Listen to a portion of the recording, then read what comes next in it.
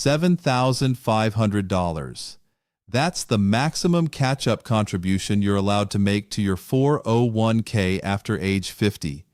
And starting January 1st, 2026, if you earned more than $145,000 from your employer in the prior year, the IRS is forcing every dollar of that catch-up into a Roth account, not pre-tax. Roth, mandatory. Section 603 of the Secure 2.0 Act rewrote the rules, and the enforcement mechanism buried in IRS Notice 2025-02 means your payroll department will reclassify your contributions automatically, whether you ask them to or not. Frank Delaney, 58, from Naperville, Illinois, discovered this in February 2026 when his first paycheck showed $288 less in take-home pay than January. His HR department hadn't sent a memo. His 401k administrator hadn't flagged the change. The $288 difference was the tax hit, because his catch-up dollars were now going into Roth after tax instead of reducing his taxable income like they had for the previous 7 years.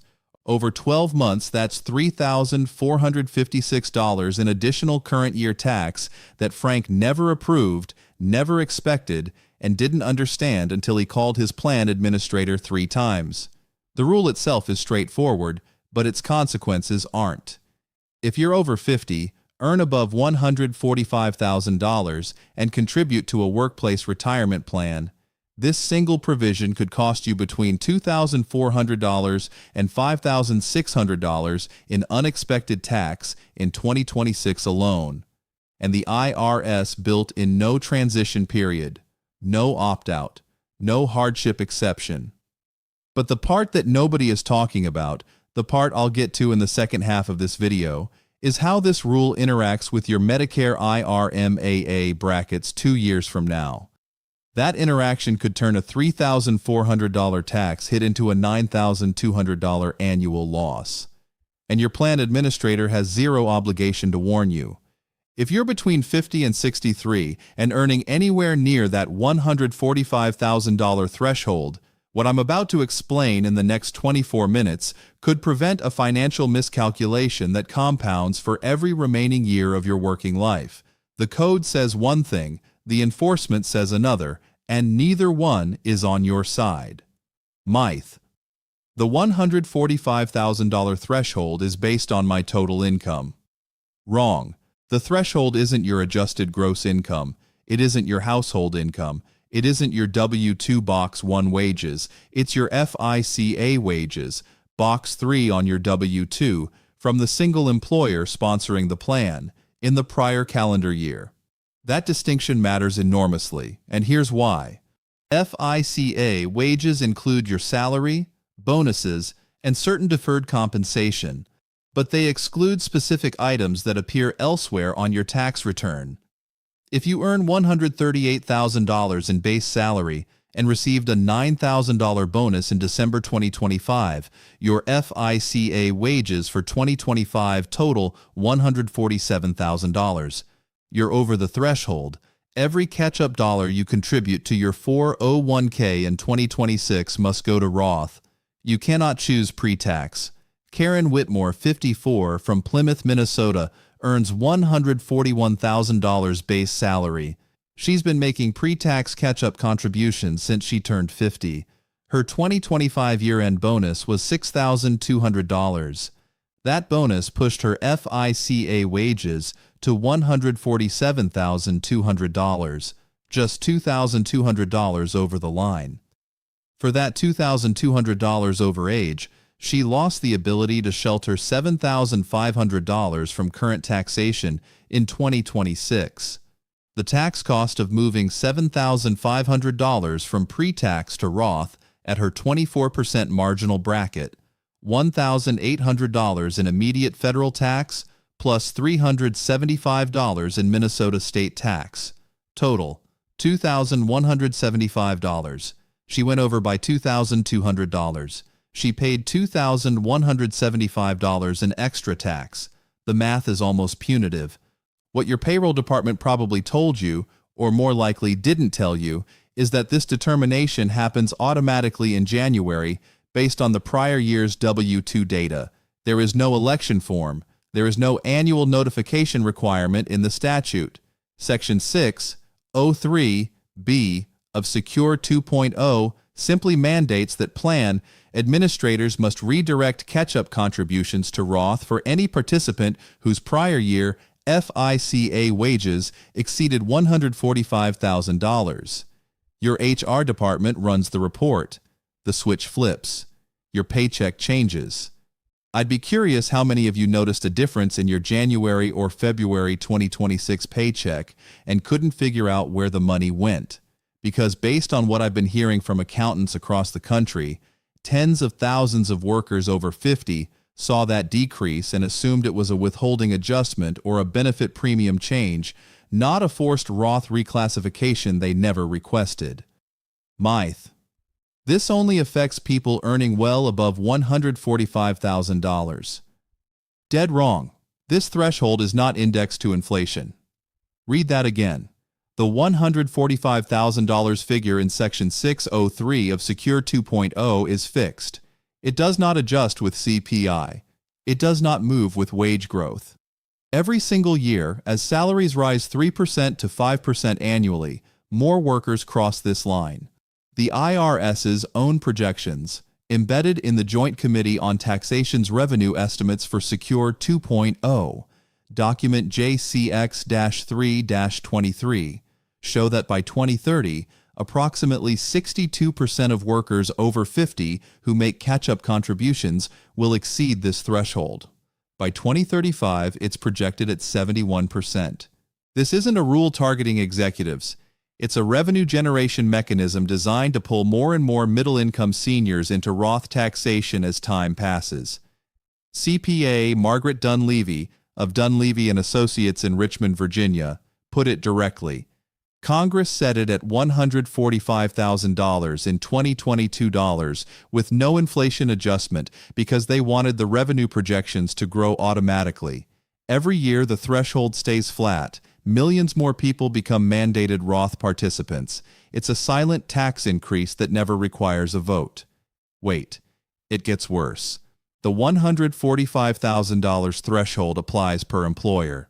If you work two jobs, say a full-time position paying $120,000 and a part-time consulting position paying $40,000, each with a 401k, the threshold is measured separately for each plan.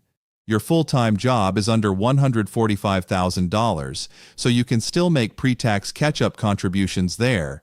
But if either single employer crosses the threshold independently, that plan's catch-up must be Roth. Thomas Cardenas, 61, from Chandler, Arizona, works as an engineering manager earning $152,000.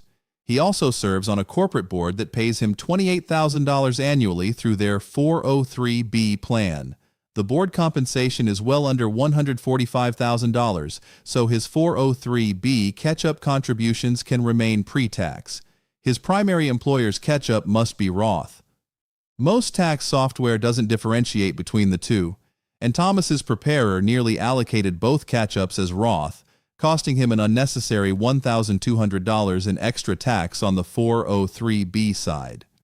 Everything I've just told you about how the $145,000 threshold works, the FICA wages definition, the per-employer measurement, the non-indexed nature, all of that assumes your employer's plan actually offers a Roth 401k option. And this is where the rule nearly collapsed before it started.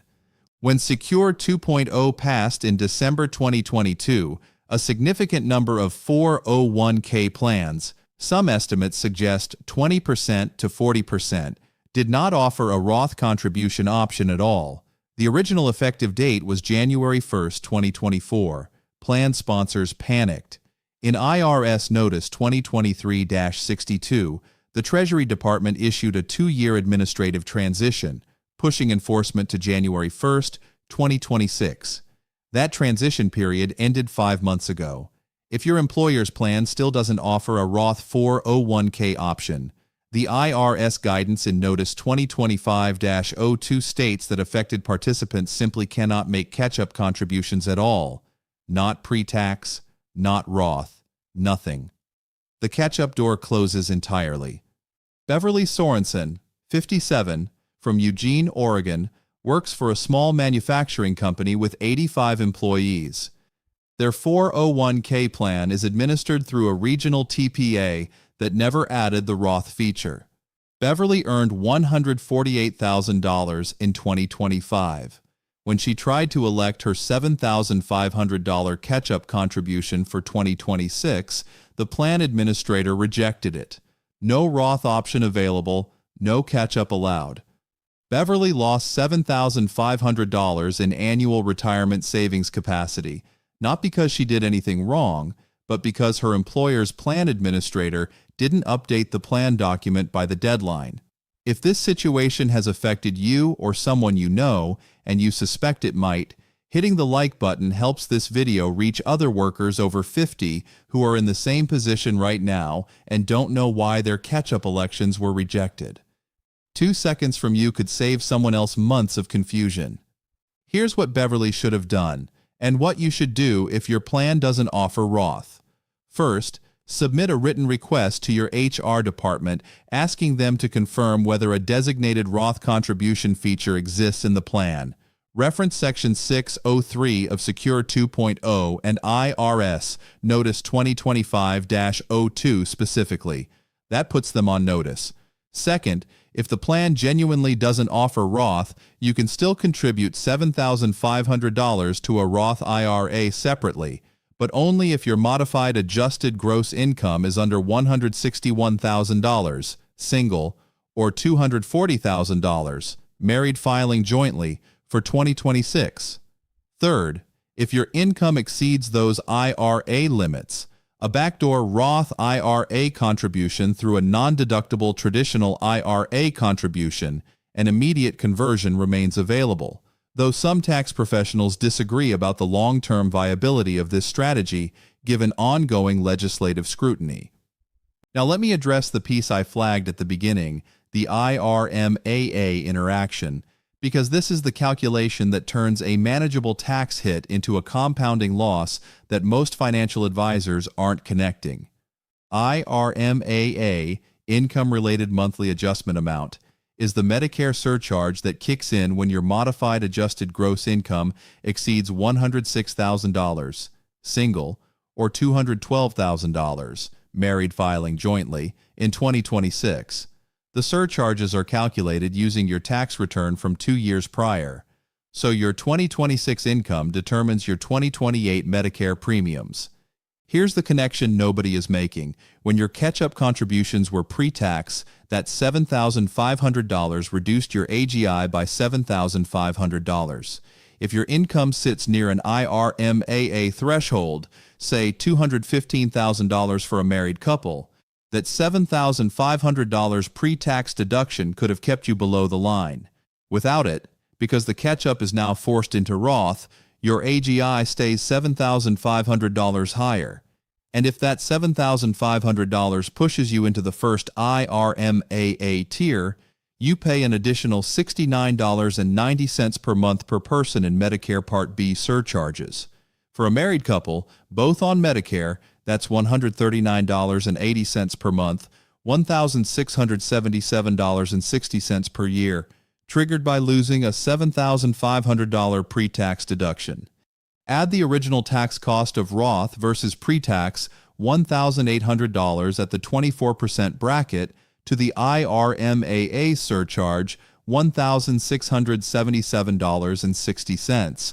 Total first-year cost $3,477.60, but the IRMAA surcharge recurs annually for as long as your income stays above the threshold.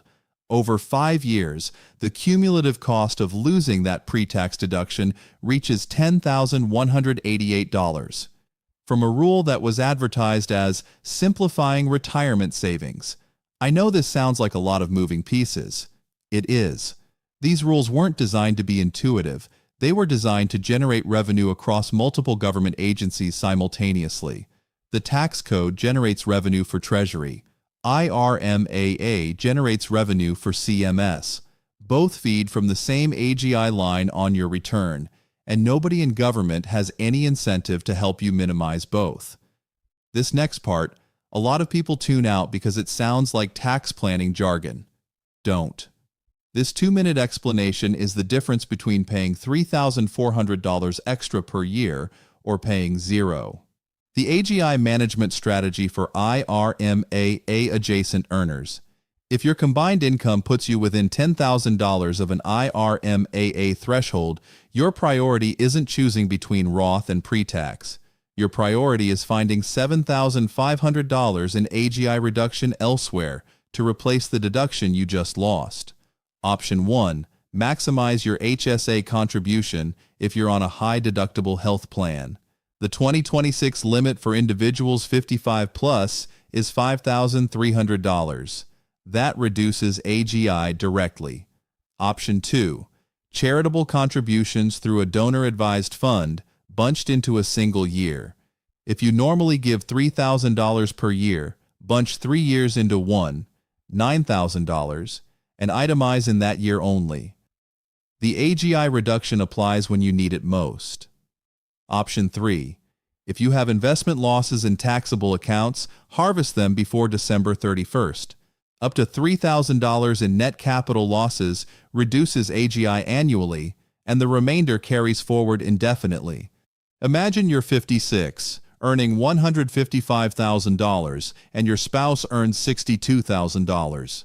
Combined MAGI, $217,000. That's $5,000 over the married IRMAA threshold. Your lost pre-tax catch-up added $7,500 to that figure. But if you contribute $5,300 to an HSA and harvest $3,000 in capital losses, you've clawed back $8,300 in AGI reduction, more than offsetting the lost deduction, IRMAA surcharge, avoided, net tax cost of the forced Roth catch-up limited to the $1,800 federal income difference alone. If you've made it this far, you're clearly someone who refuses to leave money on the table. Subscribing means you'll see the follow-up video I'm releasing next week on the 3 IRMAA appeal strategies that most Medicare beneficiaries don't know exist, specifically Form SSA 44. Which lets you use current year income instead of 2-year-old income when you've had a life-changing event. That video connects directly to everything I've just covered. The 2025 Super Catch-Up, the rule inside the rule, starting in 2025 and continuing into 2026 and beyond. Secure 2.0 added another layer that almost nobody is discussing yet. If you're between ages 60 and 63, your catch-up contribution limit isn't $7,500. It's $11,250. That's a 50% increase in the catch-up amount for a 4-year window only. Turn 64, and it drops back to $7,500. Patricia Engel, 61, from Raleigh, North Carolina, earns $162,000. Under the forced Roth rule, her entire $11,250 super catch-up must go to Roth. The tax cost at her 24% bracket, $2,700. Had she been allowed pre-tax treatment, that $2,700 would have stayed in her pocket until withdrawal decades later. Over the 4-year super catch-up window, ages 60 through 63, Patricia's forced Roth contributions total $45,000. The immediate tax cost across those 4 years, $10,800 that she'd otherwise have deferred. Now, is that actually bad? This is where the honest uncertainty enters. Some tax strategists argue that forced Roth treatment during peak earning years is a net positive over a 20 to 30-year retirement horizon because Roth withdrawals are tax-free and don't count toward provisional income or IRMAA calculations in retirement. Others argue that paying 24% now to avoid a potential 12% or 22% rate later is mathematically losing, especially for seniors who expect their income to drop significantly after age 65. The answer depends on variables that no one can predict with certainty. future tax rates, your personal longevity, your retirement spending, and whether Congress changes Roth treatment before you withdraw. What I can tell you with certainty is this: the IRS doesn't care which outcome is better for you. They care about accelerating revenue. Pre-tax contributions defer tax revenue into the future, sometimes 20 or 30 years into the future. Roth contributions generate tax revenue now. The Joint Committee on Taxation estimated that Section 603 alone would generate $35.5 billion in additional federal revenue over the 10-year budget window from 2023 to 2032. That's money collected earlier, not more money overall, but in government accounting, earlier is everything. Now here's what nobody connects, and this is the piece that should fundamentally shift how you think about your 2026 contribution elections. The $145,000 threshold, the forced Roth mandate, the IRMAA interaction, and the super catch-up window aren't separate rules. They're one integrated revenue pipeline. Congress designed them to work together, each rule amplifying the tax acceleration of the one before it. Consider the sequence. You earn $155,000 at age 61. The $145,000 threshold forces your catch-up into Roth. The super catch-up raises your forced Roth amount to $11,250 instead of $7,500, accelerating even more revenue. The lost pre-tax deduction raises your AGI, which triggers IRMAA 2 years later, generating additional Medicare revenue. And because IRMAA thresholds also aren't indexed to real wage growth effectively, you stay trapped in surcharge territory even as your purchasing power stays flat. 3 questions you need to answer before your next paycheck in January. First, do you know your exact FICA wages from 2025? Not your total income, your W-2, Box 3 from the specific employer sponsoring your 401k. If it's within $10,000 of $145,000, your bonus structure over time, or even a small raise, could push you over. Second, does your employer's plan actually offer a designated Roth 401k option? If not, your catch-up contributions may be blocked entirely starting in 2026. Call your plan administrator now, not in January when everyone calls simultaneously. Third, is your MAGI within $15,000 of an IRMAA threshold? If so, losing the pre-tax catch-up deduction could trigger surcharges you won't see until 2028, but that cost $1,600 to $4,800 annually. Map your AGI management strategy before year-end.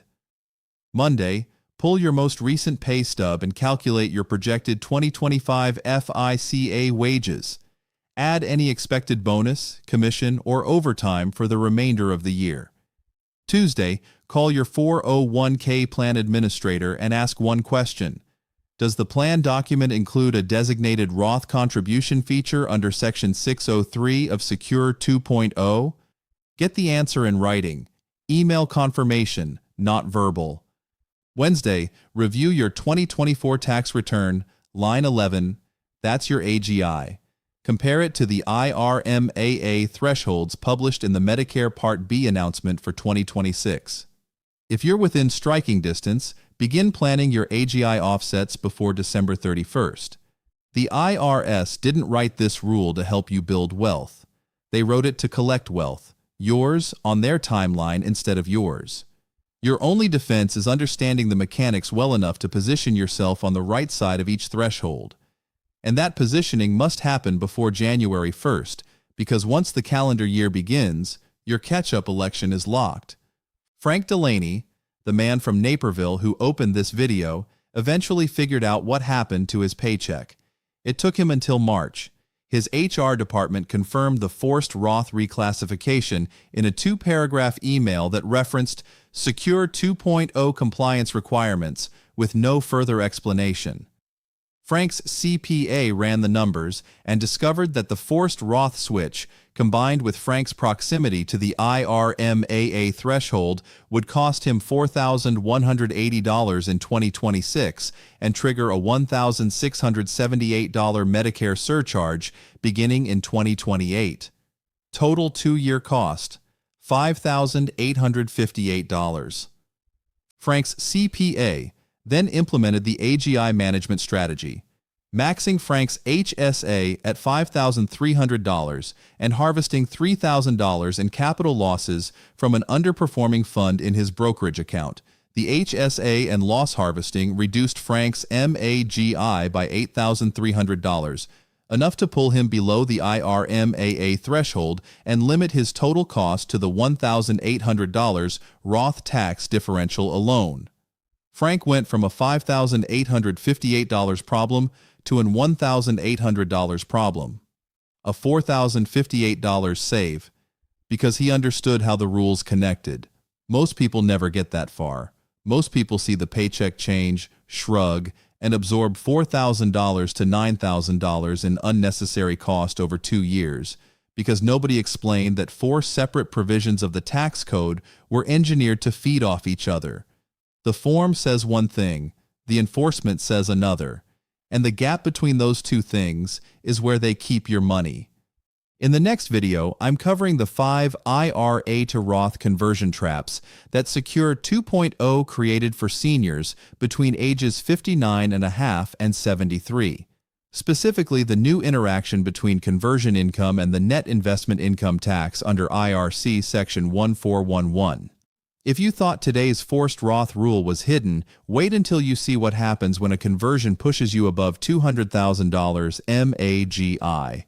That video drops next Tuesday. The IRS doesn't need your permission to change where your retirement dollars go. They just need you not to understand that they already did.